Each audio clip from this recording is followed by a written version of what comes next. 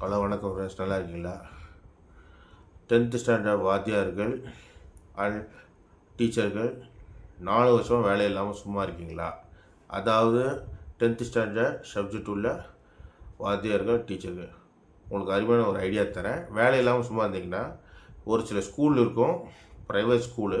அங்கே வாத்தியார் காய்ச்சல் படுத்துருக்கலாம், இல்லை ஸ்ட்ரெஸ்ஸு ஏதோ ஒரு காய்ச்சல் படுத்திருந்தா இப்போ ஸ்கூல் போகாமல் படுத்திருப்பாங்க.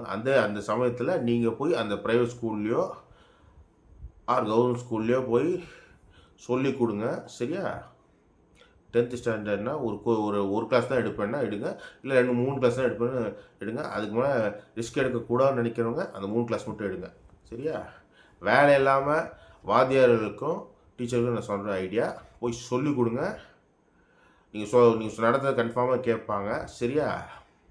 ஏன்னா புதுசாக அவங்களுக்கு ஆள் பார்க்கும்போது என்ன ஆகுன்னா,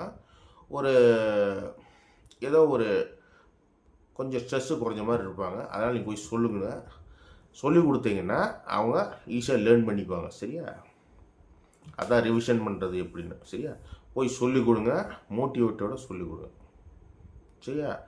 அதாவது நீங்கள் சொல்லிக் கொடுக்க போது நல்ல விதமாக சொல்லிக் கொடுங்க. சரியா? நீங்கள் ரொம்ப டென்ஷனோட சொல்லிக் கொடுக்க வேணாம், சும்மா கேஷுவலாக சொல்லிக் கொடுங்க, பசங்க கேட்டுருவாங்க. சரியா?